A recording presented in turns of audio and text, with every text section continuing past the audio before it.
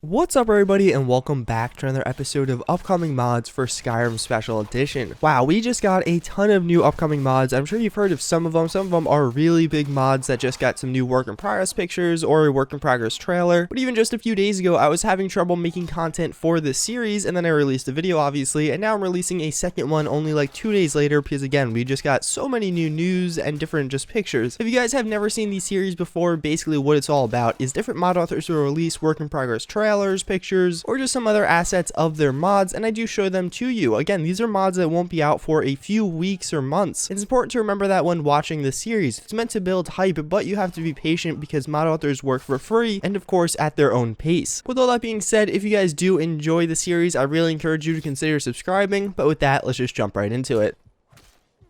So the first mod I do want to show you guys is actually going to be literally a DLC size quest mod for a DLC size quest mod. So Enderal, that super massive mod, actually came out with a trailer today for a DLC for their mod. This is going to be called Forgotten Stories, and basically they do tout they're going to add in about 20 new hours of content, and with that a ton of new quests and stories, and all around it just seems extremely cool. I highly recommend you check out the trailer. I'll have it linked in the description down below. If you somehow never heard of Enderal, it's actually one of the largest undertakings for Skyrim modding ever. It just is a ton of content, a ton of new quests, a ton of side quests, a ton of new armor, NPCs, etc. So now again, they are releasing a DLC for that. It seems like it's going to be a bunch of new stories. You can kind of get a little bit of a hint through it. There's like a few ship makers, a few ship maker guilds, and it seems like there's going to be some kind of conflict between them there. All around, I'm extremely excited for this. I have yet to do a proper playthrough of Enderal, but I do want to do that relatively soon, so look forward to that on the channel. It seems like this is going to be extremely high quality. Enderal itself actually did just win an award at the Game Awards, so big shout out to them, and all around they definitely are bringing some of the highest quality mods for Skyrim.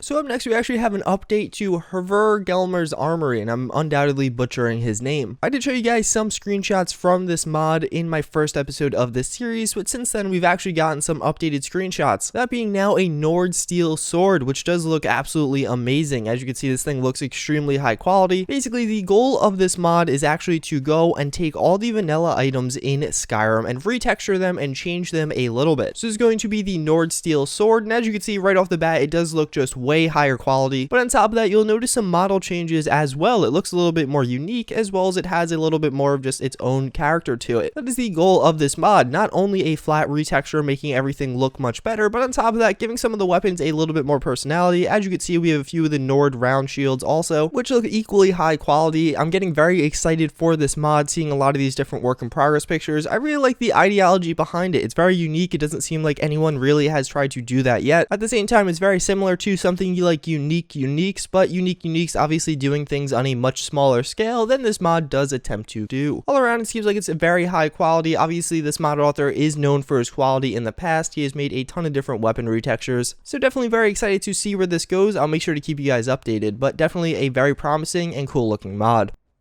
So up next, we do have the BlackStar Mandalay. So basically, it's going to be two different things. It's going to be a new follower and then a very cool looking house for that new follower. This is going to be located on the outskirts of Winterhold, and as you can see, this is very high quality. Both the follower and the house itself does look really cool. Actually, personally, I really like the look of the house there, although it does kind of follow some of the same architecture of Winterhold and even some Windhelm in there. I do really like the look of it again. I think it looks very badass, and I would love to live in this, especially because it's on the outskirts of the city. I don't personally like houses in the city because I don't know, I just don't like being in the city. I like being on the outside doing my own thing over there, and I really like being in close proximity to the city still, so definitely really liking the location. All around, the follower itself also looks extremely high quality. He definitely has a lot of cool detailing on his face. We don't really have too many details on what he'll do or how he'll be unique or even if he's going to be custom voiced, but I have to imagine if this mod author is putting in all this time and effort and building in a little bit of a story and house around the character, it's going to be high quality. So definitely excited to get more details on him and even see what he's like in action.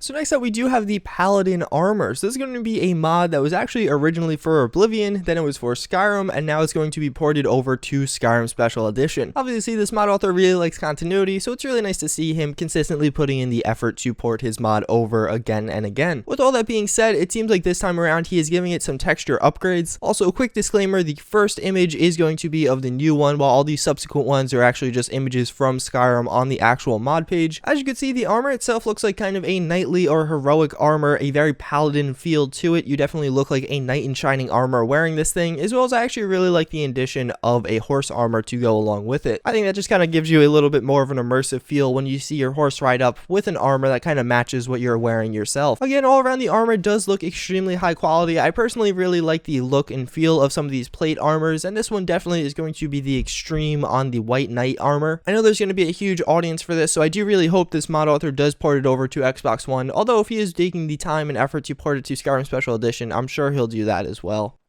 So last but not least, we have more images of that city mod I did show you guys last time, Cantiligo. So I did tell you guys previously, I'm extremely hyped for this mod. If you guys missed last episode, basically it's a mod that is all about being located in a city, and there's going to be a bunch of different families and guilds to join in that city with warring ideals and different quests going along with them. The city is meant to be 5 times the size of Winterhold, so a very large city with a lot going on here. As you can see, some of these screenshots look absolutely amazing. These are extremely high quality screenshots, and it makes me just want to play the city mod. It's crazy to think that this much work has been done already. Like, this looks like a fully functional city. Obviously there's no inhabitants really, but considering we only heard about this mod for the first time about 3 days ago, it's insane to see this much work done on it already. The city is meant to be based off Venice or some of the old school Italy cities, so many of the buildings are supposed to be on top of each other and the overhangs kind of almost touching each other exactly. I think a lot of the buildings in Assassin's Creed where you could jump from building to building. All around, I love the look at this. It definitely has a Skyrim feel, but being different enough that it totally feels unique from any of the other cities in Skyrim. I'm very excited to see this mod. Again, probably my most hyped mod for Skyrim right now. But that's pretty much going to wrap it up for this episode of upcoming mods. If you guys did watch to this point in the video, comment strawberry down below. I actually just got a big snowstorm by me, so I'm excited to go play in the snow. Yes, I'm a child at heart and I love playing in the snow. As always, I hope you guys did enjoy this. Actually, also let me know what of these mods was your favorite. Personally, obviously Cantiligo is mine again, but I imagine a lot of you guys are going to be super hyped for Enderal. All around, I thank you guys for watching again, and I do hope to see you all next time. Later.